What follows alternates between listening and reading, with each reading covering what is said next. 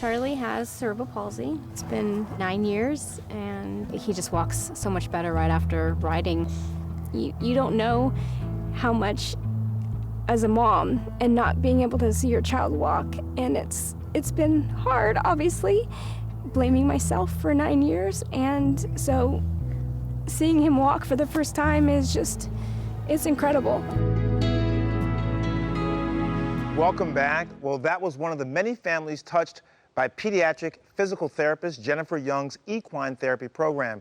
Now, she's still with us on Zoom. That Animal Rescue Show is a new CBS all-access docuseries that celebrates inspirational animals and the people who love them. Now, a mom whose family has been forever changed by an animal and Jennifer's work joins us. Marie, were you a horse lover before you had the therapy for your child, or is this something that just kind of came to you? Yeah, no, I wasn't necessarily someone who didn't love horses, but I didn't know anything about horses. I mean, I've seen them on TV, they're cool looking animals. But when Reagan was in utero, we believe she suffered a stroke.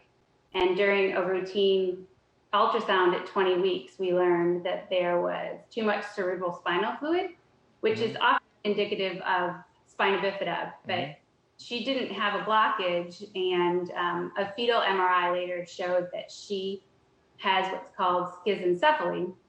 But in really layman's terms, it's essentially a scar on your brain, and it's incredibly rare. Very rare. We were told that she would likely be blind. She would suffer from some developmental delays. She could be paralyzed.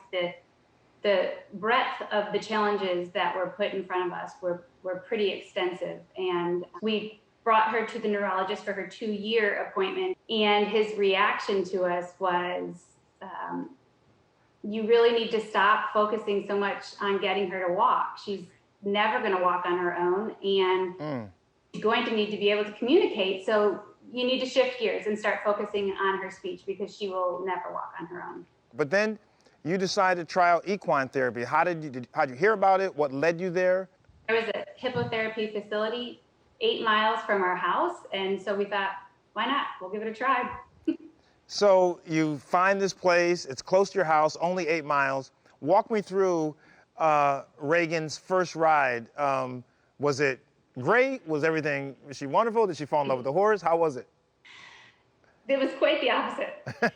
Reagan cried her eyes out, screamed her head off. You know, Jen came over and put a little belt around her and this little helmet and put her up on this giant horse. And my husband and I were watching from the side, and Reagan just kept screaming and crying. And I thought, what have we done? And how long are we going to let this go on? Because it was kind of scary to watch, you know, when you see your kid just so upset. Well, Reagan calmed down a little bit. We were about halfway through an hour-long lesson. So we got home. Reagan was pretty exhausted. It was a tiring day, not only from being on the horse, but it was quite emotional for all of us. And my husband's birthday was the next day, and I had bought a gift for him, and I handed it to Reagan, who was sitting on the floor next to me, and I said, go bring this to Daddy. And we always treated Reagan like she was just your average, typical child. And I know, go bring that to Daddy. I figured she'd crawl over or try to move around, and she stood up and she walked over to my husband, and it wasn't her taking her first steps. She walked. It was 7 or 8 steps, and she handed him the present, and he and I just looked at each other in complete shock. This was just after one therapy session with the horse?